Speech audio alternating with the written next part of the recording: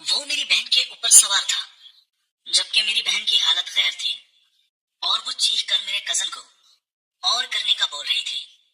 اس کے کہنے پر میرے کزن نے ایک ہی جھٹکے سے راکٹ اس کے اندر کیا۔ جب میری بہن کی چیخ، میرا نام عمران ہے، میری عمر 18 سال ہے، میں کافی خوبصورت ہوں اور میرے نین و نقش بہت ہی پرکشش تھے۔ چھوٹی سی عمر میں میں اپنے قد کی وجہ سے کافی جوان لگتا تھا۔ ہم سب اپنی فیملی میں خوبصورت تھے۔ میرے سے پہلے میری ایک بہن تھی جو کہ مجھ سے بڑی تھی۔ ہم دو ہی بہن بھائی تھے۔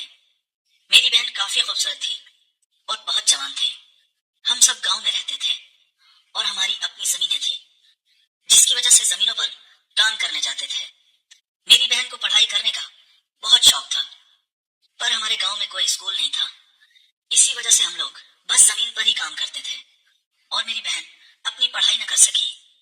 ہمارے خاندان میں یہی رواج تھا کہ لڑکیوں کی شادی کر دی جاتی تھی۔ اسی وجہ سے میرے اماں ابا میری بہن کا رشتہ تلاش کرنا شروع ہو چکے تھے، پر میری بہن میرے چچا کے بیٹے کو پسند کرتی تھی۔ وہ دونوں ہی ہم عمر تھے اور ایک دوسرے سے ملتے رہتے تھے۔ مجھے یہ بات معلوم تھی لیکن مجھے یہی لگتا تھا کہ ان کی شادی آپس میں ہو جائے گی کیونکہ میرا کزن بھی اس سے بہت پیار کرتا تھا۔ ہم لوگ جب بھی زمین پر کام کرنے کے لیے جاتے تھے میری بہن ہی کھانا لے کر آتی تھی اور میرا کزن مجھے کسی کام سے واپس بھیج دیتا تھا۔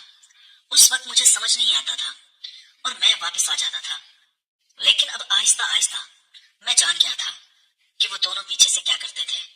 پر اچانک ہی میری بہن کا ایک اچھی جگہ سے رشتہ آ گیا تھا۔ وہ لوگ شہر میں رہتے تھے اور بہت اچھا بزنس کرتے تھے۔ میرے ابا نے یہ سب دیکھا تو فوراً ہی رشتہ پکا کر دیا تھا۔ جب میری بہن کو معلوم ہوا تو وہ بہت رونے لگی تھی۔ مجھے اس کے رونے کی وجہ معلوم تھی پر میں کچھ بھی نہیں کر سکتا تھا اور مجھے ایک یہی امید تھی کہ شاید میرا کزن بول دے گا کہ وہ میری بہن سے شادی کرنا چاہتا ہے، پر وہ خاموش رہا تھا اور مجھے معلوم ہو گیا تھا کہ وہ میری بہن کا بس استعمال کر رہا تھا۔